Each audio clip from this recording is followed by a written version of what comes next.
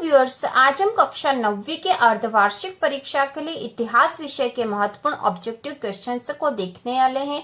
बहुविकल्पी प्रश्न जो कि 1 नंबर वाले क्वेश्चंस आते हैं। इसके पहले भूगोल विषय का ऑब्जेक्टिव क्वेश्चन का वीडियो आ चुका है। यदि आपने नहीं देखा हो तो चैनल पर देख सकते हो और इसी प्रकार के और वीडियो देखने के लिए वार्षिक परीक्षा की तैयारी के लिए चैनल को सब्सक्राइब कीजिए। तो शुरू करते हैं। प्रश्न नंबर पहला है, कार्ल मार्क्स द्वारा लिखी गई पुस्तक है। कार्ल मार्क्स द्वारा लिखी गई पुस्तक है तो वह पुस्तक है दास कैपिटल। इसके बाद है, रूस की संसद का नाम है। रूस की संसद का नाम है ड्यूमा। अगला प्रश्न है, पहला विश्व युद्ध कब प्रारंभ हुआ था? तो पहला विश्व युद्ध 1914 में प्रारंभ हुआ था। इसके बाद अगला प्रश्न है, 1917 में बोल्शेविक दल का नेता कौन था? तो बोल्शेविक दल का नेता था व्लादिमीर लेनिन। 1917 में बोल्शेविक दल का नेता कौन था? Vladimir Lenin. अगला प्रश्न है, रूस की क्रांति कब हुई? तो रूस की क्रांति हुई थी 1917 में। इसके बाद रिक्त स्थान देख लेते हैं महत्वपूर्ण प्रश्नों के। तो इतिहास विषय के महत्वपूर्ण प्रश्न जो 2 और 3 नंबर वाले हैं उसका वीडियो पहले ही आ चुका है चैनल पर। यदि आपने नहीं देखा हो तो देख सकते हो या फिर आई बटन में देख सकते हो इतिहास विषय के महत्वपूर्ण प्रश्नोत्तर। इसके बाद अगला प्रश्न, 1914 में रूस पर का शासन था? तो 1914 में रूस पर जार निकोलस द्वितीय का शासन था। अगला प्रश्न है, रूस में संपन्न किसानों को कहा जाता था? तो रूस में संपन्न किसानों को कुलक कहा जाता था, कुलक। इसके बाद अगला है, यूरोप में समाज के पुनर्गठन को बढ़ावा विचारधारा ने दिया? तो यूरोप में समाज के पुनर्गठन को बढ़ावा समाजवादी विचारधारा ने दिया। ठीक है, समाजवादी विचारधारा ने दिया। अगला प्रश्न है, शाही रूसी सेना को कहा जाता था? तो शाही रूसी सेना को रूसी स्टीम रोलर कहा जाता था। विश्व युद्ध से उद्योगों पर प्रभाव पड़ा? तो विश्व युद्ध से उद्योगों पर नकारात्मक प्रभाव पड़ा। इसके बाद एक वाक्य वाले महत्वपूर्ण ऑब्जेक्टिव क्वेश्चन है, मताधिकार आंदोलन से क्या तात्पर्य था? तो इसका उत्तर है, वोट डालने का अधिकार पाने के लिए चलाया गया आंदोलन। वोट डालने का अधिकार पाने के लिए चलाया गया आंदोलन जो था वह मताधिकार आंदोलन था। 1905 की रूस की क्रांति की शुरुआत किस घटना से हुई? 1905 की रूस की क्रांति की शुरुआत किस घटना से हुई? तो इसका उत्तर है खूनी रविवार से। खूनी रविवार से हुई थी। इसके बाद है, कॉमिटर्न शब्द से क्या तात्पर्य है? तो इसका उत्तर है कॉमिटर्न कम्युनिस्ट पार्टियों की अंतर्राष्ट्रीय संस्था। कॉमिटर्न शब्द से तात्पर्य है कम्युनिस्ट पार्टियों की अंतर्राष्ट्रीय संस्था। इसके बाद अगला प्रश्न है, Russian social democratic workers party की स्थापना किस सन में हुई? तो इसकी स्थापना हुई थी 1898 में। 1898 में। इसके बाद अगला प्रश्न है, 1918 में बोल्शेविकों ने ब्रेस्ट लिटोव्स्क में किससे संधि की? तो उन्होंने जर्मनी से संधि की थी। इसके बाद सत्य असत्य बताइए वाले क्वेश्चन देखेंगे। अक्टूबर 1917 की क्रांति का संबंध रूस से है? तो यह सत्य है।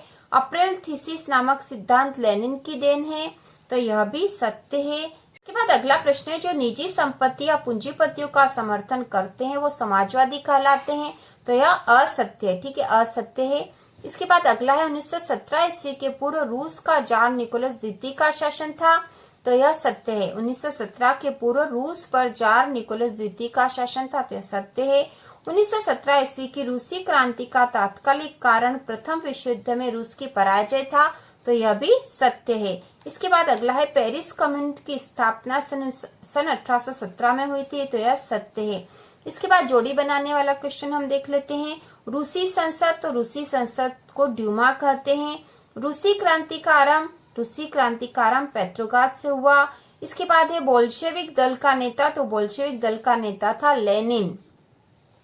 अगला है, जार की महारानी का सलाहकार सन्यासी था रूस पुतिन।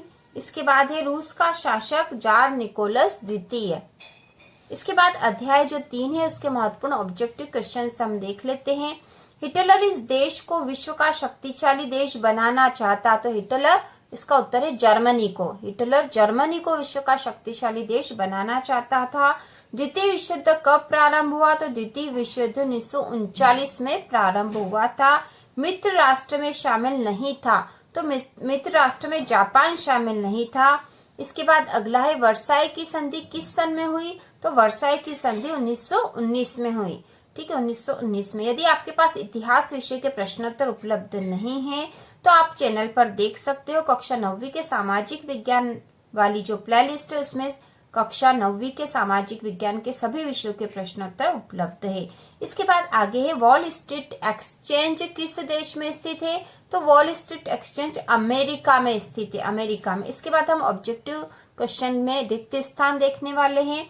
हिटलर का पूरा नाम था, तो इसका उत्तर है एडोल्फ हिटलर। एडोल्फ हिटलर जो है हिटलर का पूरा नाम था।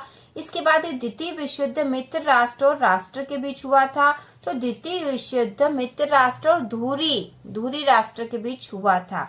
इसके बाद अगला है जब कीमतें बेहिसाब बढ़ जाती तो उस स्थिति को कहते हैं, जब कीमतें बेहिसाब बढ़ जाती तो उस स्थिति को मुद्रास्फीति कहते हैं, मुद्रास्फीति। अगला है हिटलर का जन्म में हुआ, तो हिटलर का जन्म ऑस्ट्रिया में हुआ था, ऑस्ट्रिया में।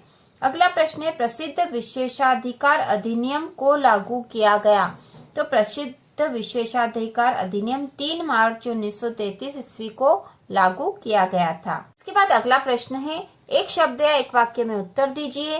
कंसंट्रेशन कैंप शब्द क्या है, तो इसका उत्तर है ऐसा स्थान जहाँ बिना किसी कानूनी प्रक्रिया के लोगों को कैद रखा जाता था, उन्हें कंसंट्रेशन कैंप कहा जाता था। इसके बाद अगला है हिटलर की कौन सी विचारधारा ने उसे विश्व में प्रसिद्ध किया, तो हिटलर की जो है नाजीवाद विचारधारा है। इसके बाद है ब्लॉन्ड शब्द का प्रयोग किस प्रजाति के लिए किया जाता है, तो ब्लॉन्ड शब्द नीली आंखों और सुनहरे बालों वाले नार्डिक जर्मन आर्य को कहा जाता था। हिटलर की प्रसिद्ध पुस्तक का नाम लिखिए, तो हिटलर की प्रसिद्ध पुस्तक थी मेन कैंप, मेन कैंप। इसके बाद अगला है युग फोक से क्या तात्पर्य है, युग फोक 14 वर्ष से कम उम्र वाले बच्चों के लिए नाजी युवा संगठन जो था उसे युग फोक कहते हैं। इसके बाद सही जोड़ी देखेंगे हम, तो वर्साई की संधि 1919 में हुई थी। इसके बाद अगला है गेस्टापो, तो गेस्टापो जो है जर्मन गुप्तचर संस्था का नाम है। आर्थिक मंदी 1929 में आई थी। इसके बाद है राइक स्टेक, तो राइक स्टेक जो है जर्मन संसद है। और न्यूरेमबर्ग नागरिकता अधिकार जो है सितंबर 1935 में बना था। इसके बाद सत्य असत्य देख लेते हैं। युंग फोंग 14 वर्ष से कम आयु के बच्चों का नाजी युवा संगठन था, तो यह सत्य है। इसके बाद अगला है नाजी विचारधारा का मुख्य आधार सभी राज्यों को बराबरी का हक देना था, तो यह असत्य है। इसके बाद अगला है द्वितीय विश्व युद्ध लोकतंत्र तथा अधिनायक तंत्र की विचारधाराओं का संघर्ष था, तो यह सत्य है। जर्मनी ने द्वितीय विश्व युद्ध में परमाणु बम का प्रयोग किया, तो यह असत्य है। और नवंबर के अपराधी शब्द वाइमर सरकार के लिए प्रयोग किया गया था, तो यह सत्य है। तो इस प्रकार ये इतिहास के कुछ महत्वपूर्ण ऑब्जेक्टिव क्वेश्चन थे जो आपके एग्जाम के लिए बहुत ही महत्वपूर्ण है। तो इसी प्रकार के और वीडियो देखने के लिए वार्षिक परीक्षा की तैयारी के लिए चैनल को सब्सक्राइब कीजिए।